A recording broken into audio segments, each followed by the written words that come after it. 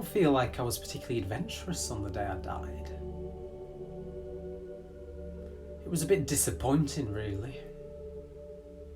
I mean, I definitely considered myself to be a bit of an adrenaline junkie. Not that I ever jumped out of a plane or anything. I mean, I wasn't entirely stupid. Still, I enjoy a rush as much as the next person. I guess it all started on that family skiing holiday. I was 7, and it was my first taste of the powder, as it were. Well, there I was, little skis on my feet, out there on the snow with all the other wannabe Eddie the Eagles, learning not to fall over. Except I did. On my first attempt to turn, I slipped onto my arse and I started rolling. I thought I was going to die. I was convinced that I was about to fall off the edge of some up to now unseen cliff. And I loved it. From then on, that was my life. Searching for that rush, trying to recreate that feeling. I wanted to see my life flash before my eyes, but I wasn't really quite willing to seriously endanger it. No. I've been on every roller coaster in the country, and quite a few outside of it. I've been surfing, mountain climbing, abseiling, whitewater rafting, open sea kayaking, even shark cage diving. Never saw any sharks though. Kind of wish I could have done that again. Mind you, the dolphins were lovely. But nothing else quite captured that feeling. Nothing else made me feel the way I felt on the slopes.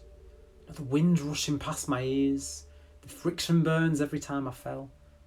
Skiing, that was my one true love. I guess that's what I'm going to miss, really.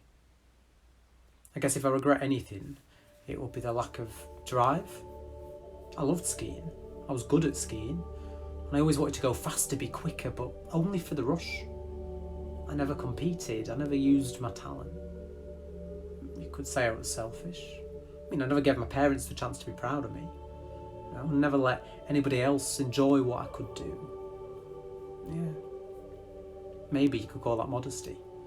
Or even accuse me of being arrogant for thinking like that, but that's not right. You're wrong. Because I trained just as hard. I put in the same hours as any one of those guys at the top.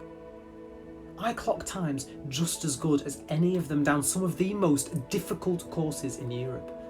So thinking I could compete, it's not arrogance. It's fact. I was part of the elite. I just never showed anyone. I never let anyone see. I wasn't interested in titles or glory. I never cared about winning. And don't mistake that statement for modesty. I didn't hold back as a noble self-sacrifice. My motives were 100% selfish. I just wanted the trace. I wanted the rush. I just didn't want anything to get in the way of my next hit. I mean, my parents spent a fortune on lessons for me. Learning how to ski isn't cheap, especially when you live in a country that has a noticeable lack of snow for about 99% of any given year. And even in that small window of whiteness, a grand total of 4 major mountains, which means that a young boy from England has quite a distance to travel before he can ski properly. Did you think I had them in mind when I decided not to compete? My friends, people I left behind when I moved to the Alps? I told them that I needed to dedicate more time to training. I couldn't reach my full potential, especially if I stayed in the UK. Don't you think I owed it to them? Don't you think they deserved to see what I'd achieved? Now, that goodbye, that loss, hadn't been for nothing. I spent my life chasing death. Isn't it ironic that it's only when it finds me that I realise that I never really lived? I had a talent. I had a reason to live. I had something to give, something to show, something to prove. And I let that something die.